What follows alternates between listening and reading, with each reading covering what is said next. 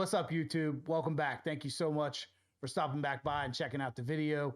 Today, we're going to be going over some console settings and controller settings that I use for Call of Duty Warzone. I had some of you reach out to me and ask me recently about what my settings were, if I could make a list for you. So I, promised I would make a video and get something out about that. So hopefully this helps. If there's anything that I miss or any information that you're looking for you don't find, please let me know in the comments. We'll see what we can do to help. Let's go ahead and get into the video.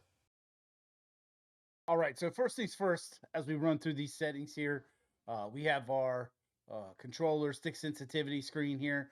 I run my sticks right now at a 1.7 horizontal and vertical.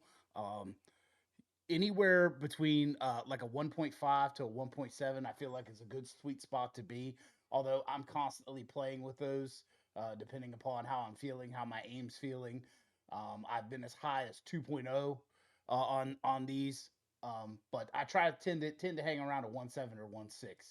A lot of times, if I'm feeling rusty or like I'm not keeping up, I like to turn my speed up way higher than I would normally play it. And as I kind of get used to or adjust to that, then bring it back down a few notches into the comfort zone where I like to play. So this is something that's personal preference, but again, 1.5 to 1.7, you should be good right there. All of these other settings here, we're just going to leave in the default position. Now, controller vibration, we want to go ahead and turn that off. If you have haptic triggers, you want to go ahead and turn those off. These are things that are just going to interfere with your feel, maybe your aim a little bit as the controller rumbles. Dead zones, right now I run mine. I have a left stick min of 5 and a left stick max of 99, right stick min of 5 and a right stick max of 99. Again, I've seen all sorts of tips and advice on where to run these dead zones. Again, it's something that's kind of a personal feel with your controller, how healthy your sticks are, and you just kind of have to mess around with it. But that's a pretty good spot for me, I feel, so you can start there. All right, as we get to the aiming section here, we're not really going to touch the sensitivity multiplier. Aiming advanced settings, we're going to click into that. The only things we're going to change in here is your aim response curve type. You want to make sure that's set to dynamic. That's generally accepted, has the best feel. I have played with all modes they offer for this, and I tend to always fall back to dynamic for whatever reason.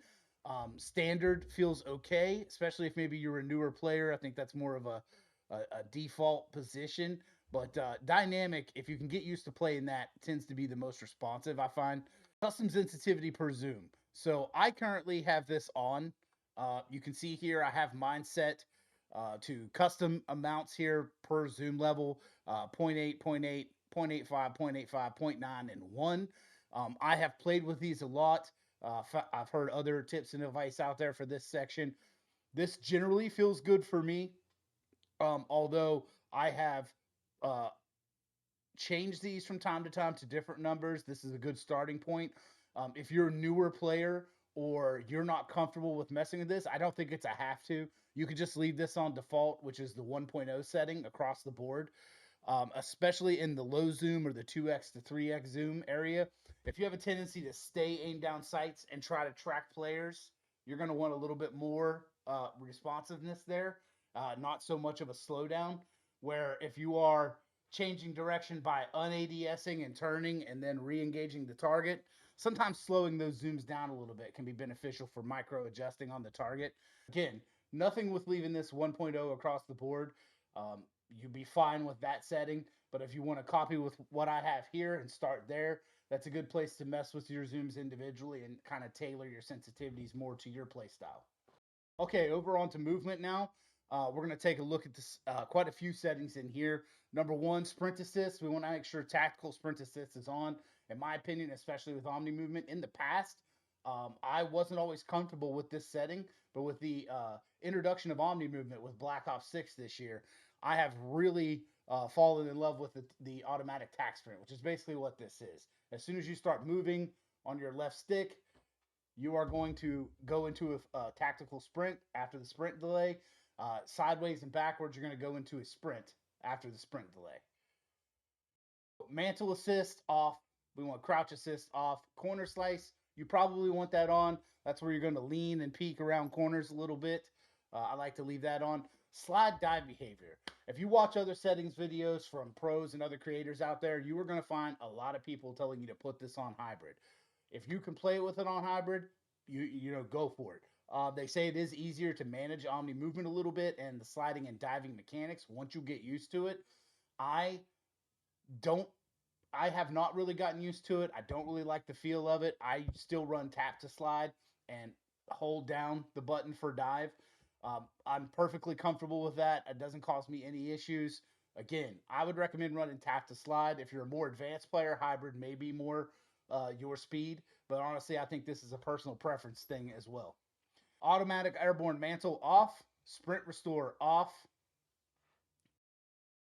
slide maintain sprint on. We want that on so that when we come out of a slide, we still have sprint going. Parachute automatic behavior. If you are a newer player to Warzone, please let me recommend that you turn this setting off and start practicing pulling your chute lower to the ground and catching rooftops, catching the ground at the last second. So many of you out there are getting sent to the gulag early or costing your team multiple buybacks because you're coming in and pulling your chute entirely too high and then floating down, and you're an easy target for anybody with decent rifle skills. So please turn this setting off and start pulling your chute closer to the ground. Mantle cancels reload. I have that off. Let's see, movement advanced settings, tactical sprint behavior. I have this set to hold because I have automatic tactical sprint on, so it doesn't really matter. Auto move forward off, auto door peek off. Grounded mantle is on. Tactical sprint activation, single tap sprint. Again, I'm in tactical sprint assist, automatic tac sprint, so it really doesn't matter to me.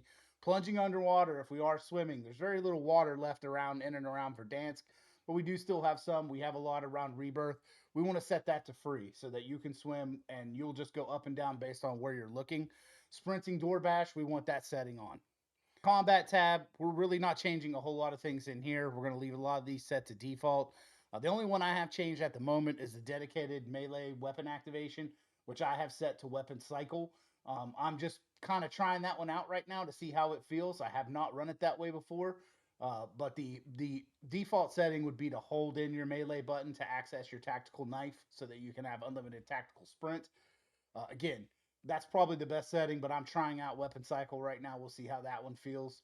Body shield finishing move behavior, we're leaving that on to default. Armor plate behavior in Warzone. Please go and change this to apply all. You want to hold in your plate button and just have it go ahead and throw in all your plates all at one time. C4 detonation at default at all at once. Equipment behavior, we're not changing any of this, but we are going to go over a couple of other quick settings here that I think may help you out if you're looking for some tips as far as your gameplay settings go. Right now we want to go into our interface settings. We want to go over to the gameplay HUD. Here's a couple important things you want to make sure you have set correctly in here. One, your mini map shape should be set to square. You can change this to round, however, you lose a lot of the mini map area when you do that. So make sure that's on square and make sure it's on rotation so that it rotates with your character model. Some people like to play with that off. I'm not one of them. And as far as like orientating yourself on the map, I recommend this being on. Here's a new setting that we have added to Call of Duty this year that I think is very slept on, and people don't really remember that it's here. We have a tac sprint stamina bar now that you have to go into the menu to activate. You can set this to show display down near your health bar in the lower left hand corner, or you can have it display up in the middle of the screen by your crosshair. I've been running it near the crosshair. I like that. It gives me a good visual indicator on the screen, so kind of keep an eye on that. Of course, you're running unlimited tac sprint with either sprinter on as a perk or you've got your knife out. It's not so important, but it has been a nice addition to the game, in my opinion. Other than that, in here, the only other thing that I would recommend, and this is a personal preference thing again, but as far as like maintaining good centering as you move around the map and tracking targets, I suggest turning your crosshair over to the center dot setting. Make sure that you go down here. You want your hit marker visuals on and damage based hit markers. You have the ability to manage your opacity for the mini map and the elimination feed. I don't really touch or mess with any of those. A couple other settings that we want to take a look at before we get out of here as well. So we want to go over to our quality settings. You want to make sure that you're under your display settings here, that you have your in the quality tab, the world motion blur we want off, weapon motion blur you want off, Depth of field, you want off. Fidelity FX cast strength, we want that on. Probably set anywhere from 70 to 90. I find is like the best performance and visuals for me. I'm running it at 70 currently. The on-demand texture streaming, we want to set that to minimal so we're not sacrificing bandwidth over performance. Field of view, okay? We want to make sure our field of view in this game is set as high as possible so that we can see more of the battlefield, but also we want it to be manageable as far as like our accuracy, our recoil control, and our target tracking. So right now, I have mine set to 110. I bounce between 110 and 115 typically. I do run at 120 sometimes, but I've been finding lately that in 110 to 115 area, even down as low as 105, I've dropped it. You can kind of see targets a little bit better and track them a little easier. So that's something that's going to be personal preference you want to play with. But I would say 110 is a perfect middle ground. So you can start there, and if you need to lower it some or a little bit higher, I wouldn't go much higher than 115 in my opinion.